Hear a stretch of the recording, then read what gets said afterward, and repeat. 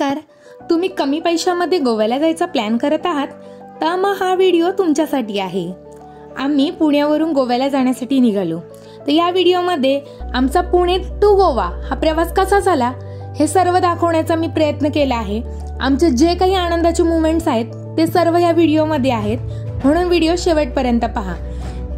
आता बघा, रात्रीचे 10 वाजलेले होते आणि आम्ही निघालेलो गोव्याला जाण्यासाठी. आमची बस आलेली होती. आम्ही अगोदरच तिकीट बुक केलेले होते. आम्ही 7 जण होतो.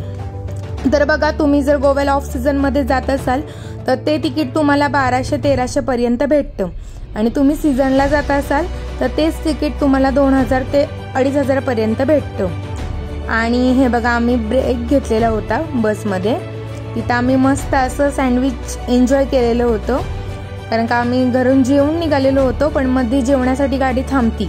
त्या ब्रेकचा फायदा करून घेण्यासाठीच आम्ही लेडीजनी मात्र सँडविचची ऑर्डर दिलेली होती.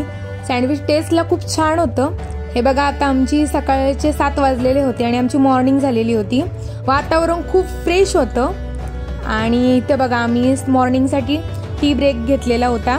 हॉटेल सुद्धा छान होतं. थोडीशी मस्ती करत टी ब्रेक सुद्धा एन्जॉय केला. आणि सकाळचं वातावरण बघा, आता 9 वाजलेले होते, पण 9 वाजले तरी आम्हाला मात्र 7 वाजल्यासारखंच वाटत होतं. इतकं फ्रेश वातावरण होतं. सगळीकडची झाडं सुद्धा अशी हिरवीगार होती आणि जिथं जाईन तिथं आपल्याला नारळाची आणि सुपारीची झाडं सुद्धा पाहायला मिळत होती. खूप छान वाटत होतं. रस्ता पूर्ण मोकळा होता. थोडंसं एन्जॉय म्हणून आम्ही गाडीमध्ये सुद्धा खूप मस्ती केली, कारण त्याच मुमेंट्स आपल्याला शेवटपर्यंत लक्षात राहतात.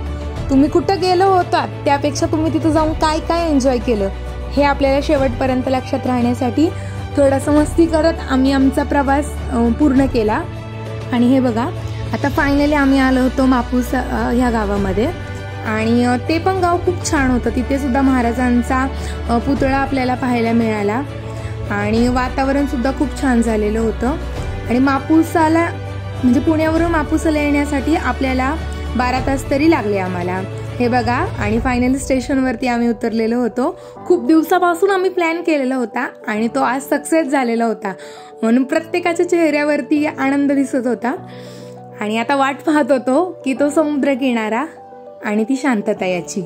आणि आता स्टेशनच्या बाहेरच पडल्यानंतर तुम्हाला तिथं रेंटमध्ये बाईक किंवा 4 व्हीलर हे ऑप्शन असतात, पण आम्ही निसर्गाचा आनंद घेण्यासाठी बाईकच चॉईस केली. तर ह्या रेंट बाईकची किंमत 350 पासून पुढे स्टार्ट होते. तर आम्ही फसिनो घेतलेली होती आणि त्याची रेंट तिथे 400 रुपये पर डे होता. तर आम्ही ही बाईक 3 दिवस यूज केली. तुम्ही सुद्धा जर कधी गोव्याला जाणार असाल तर ते पब्लिक ट्रान्सपोर्टने खूप वेळ लागतो फिरायला, म्हणून तुम्ही तिथे रेंटने बाईकच घ्या. कारण की कसं, बाईक घेतल्यामुळे ना आपला वेळ खूप वाचला जातो आणि आपण कंटिन्यू मध्ये फिरत राहतो आणि एक एक स्पॉट आपले पाहून होतात. त्यासाठी मला तर असं वाटतं तुम्ही बाईकच प्रेफर करावी. ठीक आहे. आणि बाईक घेण्यासाठी तुम्हाला ID प्रूफ लागतो आणि बाईक घेण्याच्या वेळी आपण व्हिडिओ शूट केला पाहिजे, कारण की जेणेकरून रिटर्न द्यायला आपल्याला प्रॉब्लेम नाही आला पाहिजे. मी बाईक घेतलेली होती आणि आता आम्ही चाललेलो होतो मापुसावरून अंजुना बीचवरती.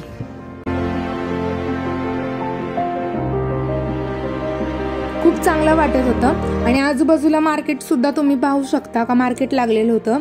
तिथे तुम्हाला खाण्यांची, खेळणी, वेगवेगळ्या ज्वेलरीची किंवा कपड्यांची आणि मोस्ट ऑफ हॉटेल किंवा काजूची दुकानं असं सर्व काही आपल्याला पाहायला मिळतं.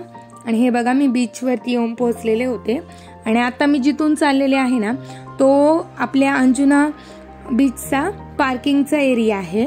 तर पार्किंगमध्ये तुम्हाला जर बाईक पार्क करायची असेल तर तिथे 50 रुपये पार्किंगची फी आहे. आणि ह्या पार्किंग एरियामधून आत गेल्यानंतर राईट साईडला आणि लेफ्ट साईडला दोन्ही साईडला ट्रॅक्स लावलेले आहेत. आणि हे बघा, आम्ही त्या बीचवरती किती मस्ती केली आणि किती आनंद घेतला हे सर्व तुम्हाला पाहायला भेटलं असेल. आणि बाजूला पण तुम्ही बघा, खूप छान वाटत होतं आणि पाणी सुद्धा खूप चांगलं आणि स्वच्छ होतं. तर तुम्ही सुद्धा कधी जर गोव्याला आलात तर नक्की तुम्ही तुमच्या मित्रांसोबत आणि तुमच्या फॅमिलीसोबत अंजुना बीचला भेट देण्यासाठी नक्की या. बीचवरती आम्ही कोणत्या कोणत्या मुवमेंट्स एन्जॉय केलेल्या होत्या ते मी दाखवण्याचा प्रयत्न करते. तुम्ही पाहू शकता.